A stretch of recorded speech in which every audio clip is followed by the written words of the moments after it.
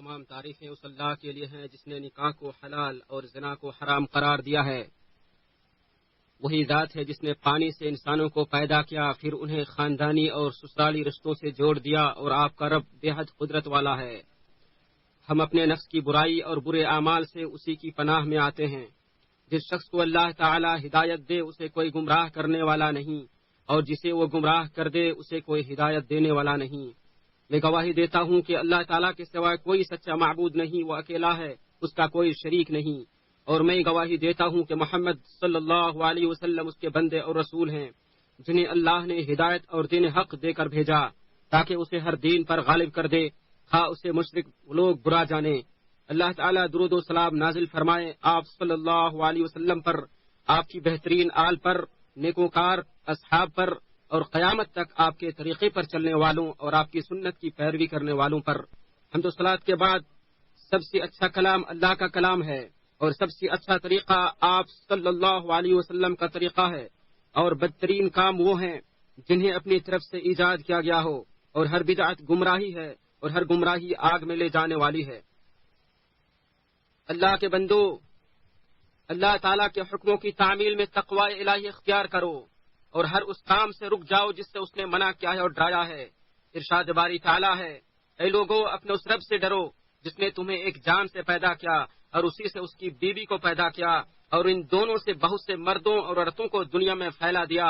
اس اللہ سے ڈرو جس کا واسطہ دے کر تم ایک دوسرے سے مانگتے ہو، اور قطع رحمی سے بچو، بے شک اللہ تمہاری نگرانی کر رہا ہے۔ مسلمانوں، اللہ تعالیٰ نے نکاح کو نسل انسانی کے تسلسل اور اس کی بقا کا ذریعہ بنایا ہے۔ ارشاد باری تعالیٰ ہے، اے لوگو اپنے اس رب سے ڈرو جس نے تمہیں ایک جان سے پیدا کیا ہے اور اسی سے اس کی بیوی کو پیدا کیا، اور ان دونوں سے بہت سے مردوں اور عورتوں کو دنیا میں پھیلا دیا، اور اس اللہ سے ڈرو جس کا واسطہ دے کر تم ایک دوسرے سے مانگتے ہو، قطع رحمی سے بچو، بے شک اللہ تمہاری نگرانی کر رہا ہے۔ اللہ تعالیٰ نے عقد نکاح کو ایک مضبوط اور پختہ عہد و پیمان قرار دیا ہے، جس پر بہت سارے حقوق و واجبات مرتب کیے ہیں، جس کے بارے کئی احکام مشروع کیے ہیں اور کئی واضح آیات بھی نازل کی ہیں۔ چنانچہ اس نے میاں بیوی کے باہمی تعلقات کی بنیاد محبت اور شفقت و مہربانی پر رکھی ہے، اور انہی دونوں بنیادوں سے الفت و محبت جنم لیتی ہے۔ ارشاد باری تعالیٰ ہے، اور اس کی نشانیوں میں سے ہے کہ اس نے تمہارے لیے تمہیں سے بیویاں پیدا کی تاکہ تم ان کی طرف جا کر آرام پاؤ، اور اس نے تمہارے درمیان دوستی اور مہربانی رکھ دی، اور باہم اچھے رہن سہن اور اچھائی و بھلائی کرنے کی ترغیب دی ہے۔ ارشاد باری ہے، اور ان کے ساتھ اچھے طریقے سے رہو، اور فرمایا انہیں اچھے طریقے سے روک لو یا اچھے طریقے سے ان سے جدا ہو جاؤ۔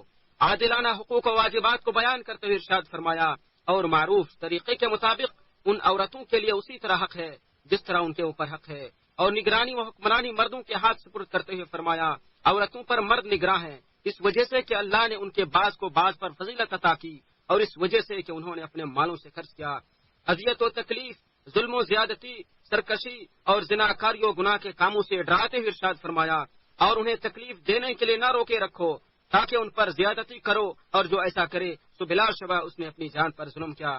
مزید فرمایا تم اپنی طاقت کے مطابق جہاں تم رہتے ہو وہاں ان طلاق والی عورتوں کو رکھو، اور انہیں تنگ کرنے کے لیے تکلیف نہ پہنچاؤ۔ ابو ہریرہ رضی اللہ عنہ سے روایت ہے، آپ صلی اللہ علیہ وسلم نے فرمایا کوئی مومن مرد کسی مومنہ عورت سے بغض نہ رکھے، اگر اسے اس کی کوئی عادت پسند ہے تو ناپسند ہے تو دوسری پسند ہوگی۔ مسلم۔ شادی کی ذمہ داری بہت عظیم ہے، اس کے حقوق غیر معمولی ہیں، اسی کے ذریعے عفت و پاک دامنی، افزائش نسل، سعادت مندی اور قرار و استقرار حاصل ہوتا ہے۔ عقد نکاح کو پختہ عہد و پیمان کے ذریعے مضبوط کیا گیا ہے، اور اس کے ارکان کو ولی، حق مہر اور گواہوں کے ذریعے مستحکم بنایا گیا ہے۔ ارشاد باری تعالیٰ ہے، اور وہ تم سے پختہ عہد لے چکی ہیں۔ اللہ تعالیٰ نے طلاق کو مباح کیا ہے، لیکن اس میں بھی اصل ممانعت ہے، اسے صرف ضرورت کے لیے اور نقصان و ضرر کو دور کرنے کے لیے جائز قرار دیا گیا ہے۔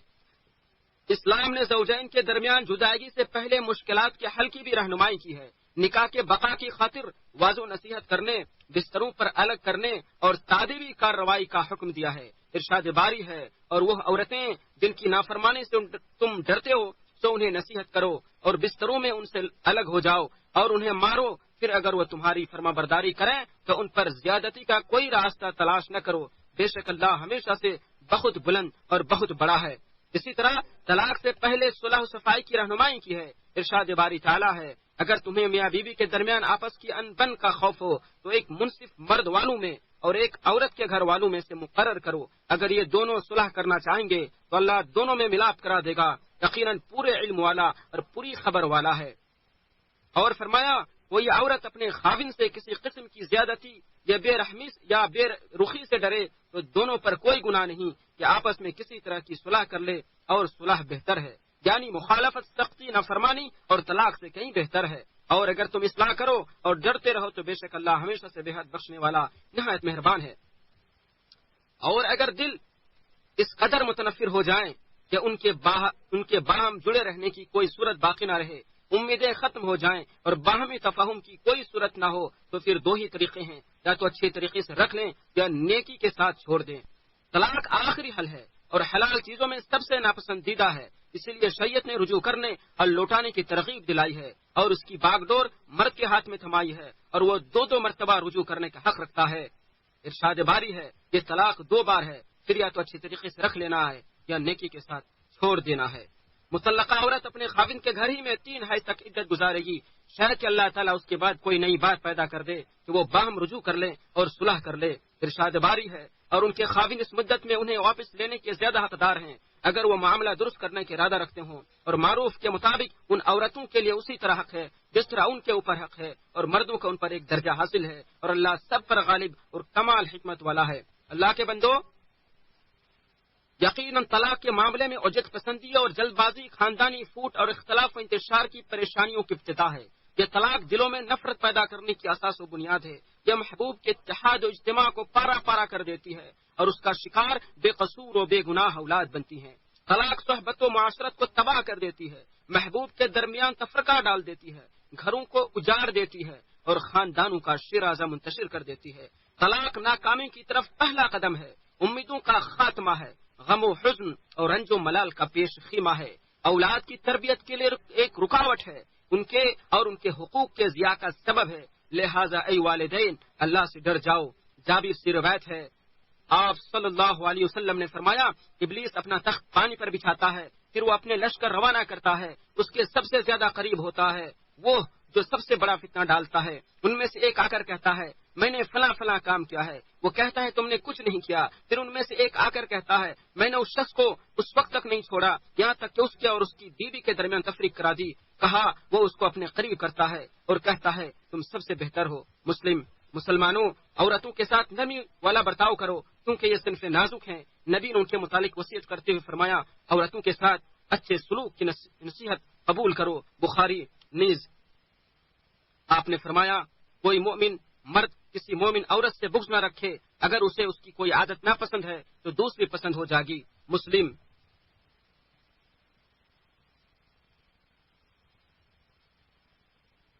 اللہ رب العالمین قرآن کریم کو ہمارے لیے بابرکت بنائے اور قرآن کریم کے اندر جو احکام ہیں، جو نصیحتیں ہیں، ان سے ہمیں فائدہ پہنچائے۔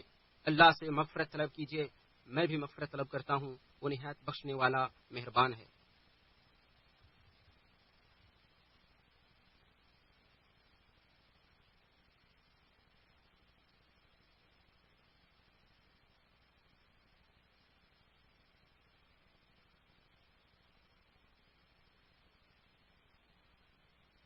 تمام تعریفیں اللہ کے لیے ہیں جس نے تمہیں ایک جان سے پیدا کیا، اسی سے اس کی بیوی کو پیدا کر کے ان دونوں سے بہت سے مرد اور عورتیں پھیلا دیں، جس نے بڑے اتقان اور حسن کاریگری سے ہر چیز کو پیدا کیا، ایک منضبط اور محکم شریعت نازل فرمائی اور ہر نفس کو ہدایت کی راہ دکھائی۔ ہم اس ذات کی بہت زیادہ لامتناہی حمد بیان کرتے ہیں اور ہم اس کی نعمتوں اور بخششوں پر جو اس نے ہم پر کیے ہیں ہم اس کا شکر بجا لاتے ہیں۔ اللہ کے بندو، نکاح پرہیزگاری کے اسباب میں سے ایک بڑا سبب ہے اور پاک دامنی سے متصف ہونے اور گناہوں اور علائشوں سے بچنے کا سب سے بہترین ذریعہ ہے۔ لہذا حسب و نسب والی بہترین عورت کا انتخاب کرو، دیندار عورت کو ترجیح دو، اور جس عورت کی تربیت اچھی نہ ہو اس کے ظاہری حسن و جمال سے دھوکہ مت کھاؤ، بلکہ اس سے دور رہو، کیونکہ خبیث عورتیں خبیث مردوں کے لیے اور اچھی عورتیں اچھے مردوں کے لیے ہے۔ حضرت ابو ہریرہ رضی اللہ عنہ سے روایت ہے، آپ نے فرمایا، ایک عورت سے 4 امور کی وجہ سے نکاح کیا جاتا ہے، اس کے مال کی وجہ سے، حسب و نسب کی وجہ سے، اس کی خوبصورتی کی وجہ سے، اس کی دینداری کی وجہ سے، لیکن تم دینداری کو ترجیح دو، تیرے دونوں ہاتھ خاک آلود ہو۔ مسلم۔ اے لوگو،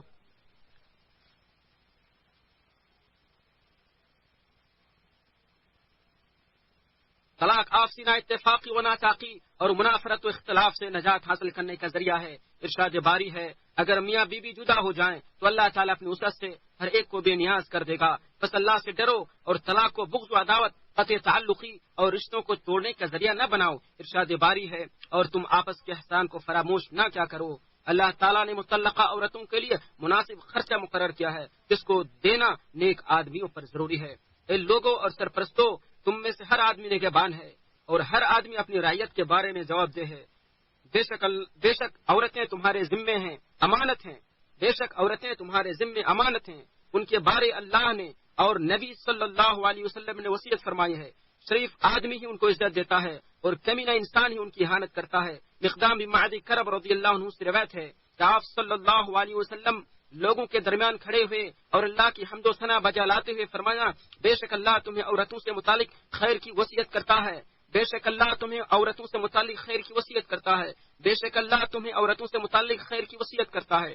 بے شک اللہ تمہیں تمہاری ماؤں، بیٹیوں، بہنوں، پھوپھیوں اور خالاؤں سے متعلق تمہیں خیر کی وصیت کرتا ہے۔ طبرانی۔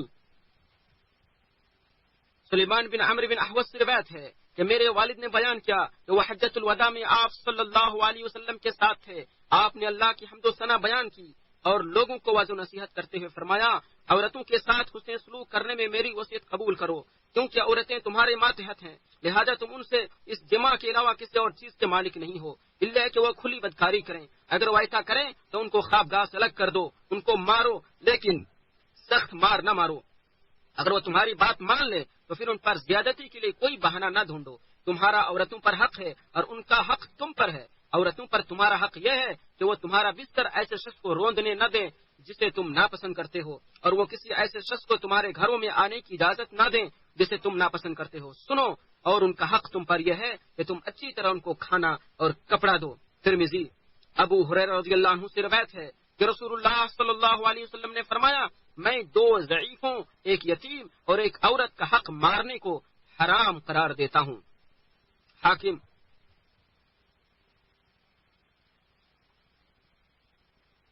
اسلامی بہنوں، بے شک شوہروں کو تنگ کرنا، ان کے ساتھ سرکشی اور بے ادبی سے پیش آنا، گھر کے راز کو افشا کرنا، ذمہ داریوں سے بھاگنا اور سوشل میڈیا میں پائے جانے والی گھٹیا اور بیہودہ باتوں سے متاثر ہونا بہت بڑی شقاوت و نامرادی ہے، جو تمہارے گھروں کو ویران بنا دے گی، خاندانی اتحاد کو پارا پارا کر دے گی اور تمہاری زندگی پر منفی اثر ڈالے گی۔ لہذا اپنے گھروں اور شوہروں سے متعلق اللہ سے ڈرو۔ حضرت عبد الرحمن بن عوف سے روایت ہے کہ اللہ کے رسول نے فرمایا، جس عورت نے پابندی سے 5 وقت کی نماز پڑھی، رمضان کے روزے رکھے، اپنی شرمگاہ کی حفاظت کی، اپنے خاوند کی فرمانبرداری کی، تو اس سے کہا جائے گا کہ جنت کے جس دروازے سے چاہو اس سے داخل ہو جاؤ۔ احمد۔ اے لوگو،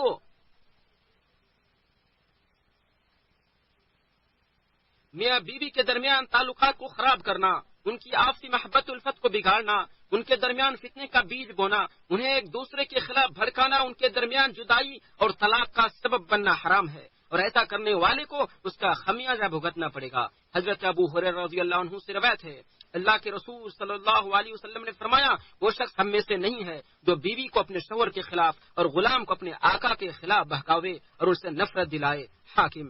اے مسلمان عورت، اللہ سے ڈرو، کیونکہ نکاح ایک مضبوط بندھن اور عہد و پیمان ہے، اس لیے بغیر کسی سخت مجبوری کے طلاق کی خواہش مت کرو۔ ثوبان رضی اللہ عنہ سے روایت ہے، اللہ کے رسول صلی اللہ علیہ وسلم نے فرمایا، کوئی بھی عورت جو اپنے شوہر سے کسی سخت ضرورت کے بغیر طلاق کا مطالبہ کرے تو اللہ اس پر جنت کی خوشبو کو حرام کر دیتا ہے۔ اے لوگو، صبر ایک بڑی منقبت، بہترین نیکی اور عظیم عبادت ہے، لہذا صبر کرو اور جو زیادتی کرے اس سے درگزر کرو۔ ارشاد باری تعالیٰ ہے، انہوں نے ایک دوسرے کو حق بات کی وصیت کی اور صبر کی وصیت کی، نیز فرمایا انہوں نے ایک دوسرے کو صبر کرنے کی وصیت کی اور رحم کرنے والوں کو رحم کرنے کی وصیت کی۔ صبر ہی مصیبت کے ازالے کی کنجی ہے اور اس کی وجہ سے اللہ تعالیٰ بندے کے مقام و مرتبے کو بلند فرماتا ہے۔ ارشاد باری تعالیٰ ہے، اور صبر کرنے والے کو خوشخبری دے دیجئے نیز فرمایا بے شک اللہ تعالیٰ صبر کرنے والوں کے ساتھ ہے. نیز فرمایا بے شک صبر کرنے والوں کو ان کا اجر بلا حساب و کتاب دیا جائے گا. لہٰذا اے لوگوں، صبر کو لازم پکڑو، صبر کو لازم پکڑو اور جلدی کرو اپنے رب کی بخشش اور اس جنت کی طرف جس کی چوڑائی آسمانوں اور زمین کے برابر ہے، جو پرہیزگاروں کے لیے تیار کی گئی ہے، جو خوشحالی اور تنگدستی ہر حال میں خرچ کرتے ہیں اور غصہ کو پی جاتے ہیں اور لوگوں کو معاف کر دیتے ہیں. اے اللہ تو ہمیں صبر عطا فرما، عفو درگزر اور غصے کو پی لینے کی توفیق عطا فرما، ہماری کوتاہیوں کو معاف فرما. اے اللہ ایمان کو ہمارے لیے محبوب بنا دے، اسے ہمارے دلوں میں مزین کر دے، کفر اور فسق و فجور کو ہمارے لیے قابل نفرت بنا دے اور ہمیں ہدایت یافتہ لوگوں میں شامل کر لے. اے اللہ، اے دلوں کے پھرنے والے، تو ہمارے دلوں کو اپنے دین پر ثابت قدم رکھ. اے دلوں کے پھرنے والے، تو ہمارے دلوں کو اپنی اطاعت و بندگی کی طرف پھیر دے. اے اللہ، ہمیں ہدایت دینے کے بعد ہمارے دل ٹیڑھے نہ کر دینا اور ہمیں اپنے پاس سے رحمت عطا فرماتے رہنا. یقیناً تو ہی سب سے بڑا عطا کرنے والا ہے.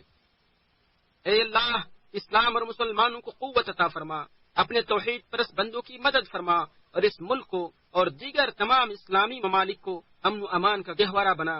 اے اللہ، تو ہمیں اپنے اپنے ملکوں میں امن و سکون عطا فرما، ہمارے ائمہ اور حکمراں کی اصلاح فرما. تو ہمارے فرما روا خادم حرمین شریفین کو اپنی خاص توفیق سے نواز، ان کی مدد فرما اور انہیں صحت و عافیت عطا کر. اے سارے جہاں کے پالنہار، اے اللہ انہیں اور ان کے ولی عہد کو اپنے پسندیدہ امور کی توفیق دے. اے دعا قبول کرنے والے، ہمارے دعا قبول فرما. صلی اللہ علیہ وسلم.